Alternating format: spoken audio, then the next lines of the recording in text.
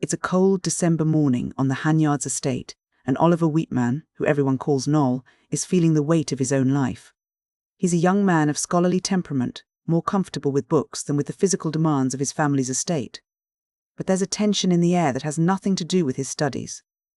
The shadow of the Jacobite rising is looming over England, and Noll feels trapped by both his academic pursuits and the political uncertainty of the era. His brooding is interrupted by something much more immediate and much more beautiful. While out by the river, he has a chance encounter with a mysterious woman. In the process of helping her retrieve a gaff for her fishing, he discovers she isn't just a traveller, but Margaret Waynflete. She's the daughter of Colonel Waynflete, a man who has committed himself to the Jacobite cause. This meeting instantly ties Noll's quiet scholarly world to the dangerous, high-stakes reality of rebellion. The tension breaks when the dragoons arrive, searching the area. To save her from being caught by Sergeant Radford and his squad, Noll has to rely on quick thinking rather than his books. He uses a series of disguises to hide Margaret's true identity, eventually transforming her into a local dairymaid named Molly Brown. It's a clever bit of performance that works, but it's only the beginning of their struggle. Once they are safe from the immediate threat, Margaret reveals the true stakes. Her father has been captured by government forces and sent to Stafford jail. Driven by a sudden, knight-errant impulse, Noll decides to help. Alongside the loyal servant Joe, Noll and Margaret embark on a perilous river journey towards Stafford. They aren't just travelling for adventure, they are navigating a landscape where loyalties shift like the river currents. In Stafford, the world becomes much smaller and much more dangerous.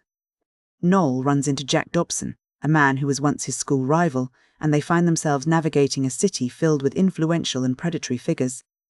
The most dangerous of these is Lord Brockton.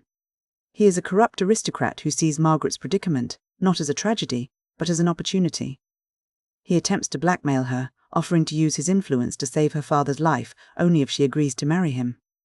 The standoff reaches a breaking point during a moment of domestic chaos. In the middle of a tense encounter, a bowl of stew is dropped, creating a sudden distraction. In that brief window of confusion, an associate of Noll's named Wheatman manages to overpower the nobleman, allowing Margaret to escape the immediate clutches of the aristocracy. But escape is never simple. As they navigate the outskirts of Stafford, Noll and Margaret find themselves pursued by military forces. It's here that Noll's scholarly background actually becomes a practical tool for survival. Using his knowledge of Virgil's Aeneid, specifically the descriptions of scaling walls, he finds a way to navigate the town's defences, allowing them to escape the reach of the military. Now, they are essentially penniless fugitives, caught in the widening chaos of the Jacobite rebellion. Noll's path takes him through several different lives. He tries his hand at highway robbery, which is a disastrous failure, but he eventually finds himself in an unlikely alliance with a man named Master Freak. Freak is a shrewd, powerful merchant who operates in the shadows of politics and commerce. Through these connections, Noll's role changes once again.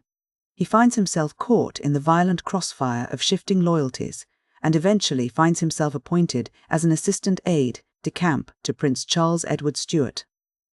As the Jacobite cause begins to crumble under the weight of its own ambitions and military failures, Noll is caught in a personal and political vice. He is torn between his duty to the rebellion and his growing love for Margaret. The conflict turns deeply personal and quite tragic during a midnight ambush at Shape.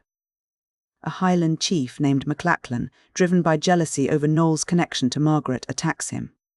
The confrontation ends in blood. The loyal servant Donald kills MacLachlan, but the weight of the violence leads Donald to commit ritual suicide in his grief. By this point, the romanticised ideals of the Highland warriors have collided with the grim reality of war.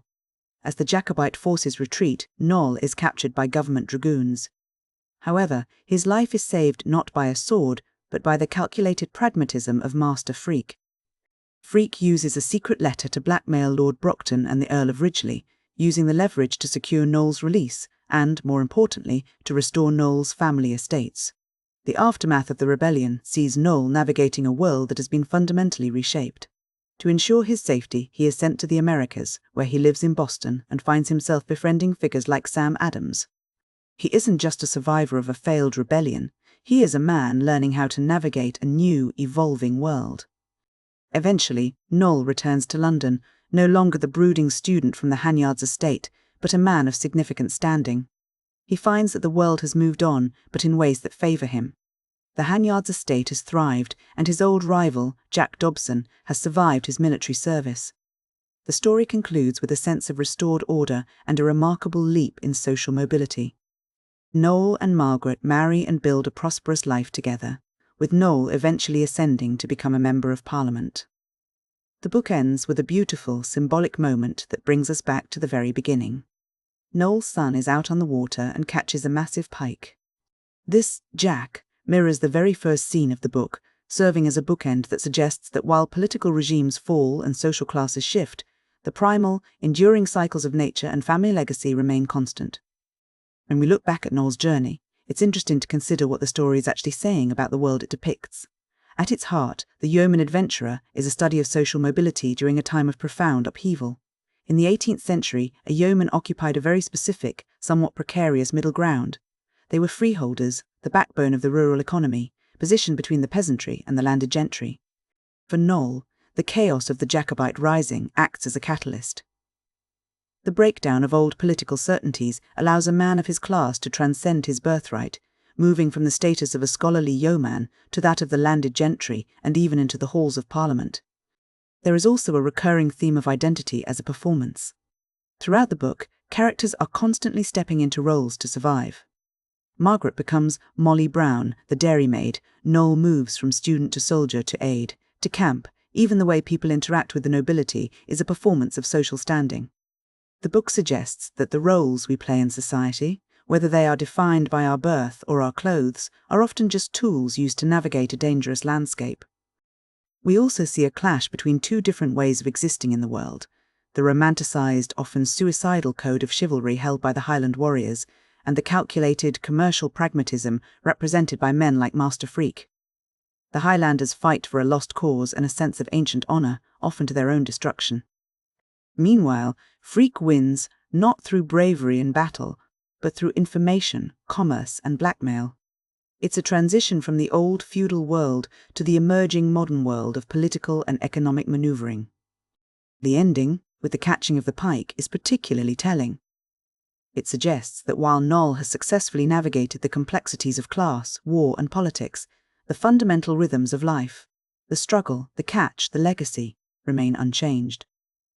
The adventure of the title isn't just Noll's personal journey, it's the story of a man learning how to master the changing tides of history without losing his footing.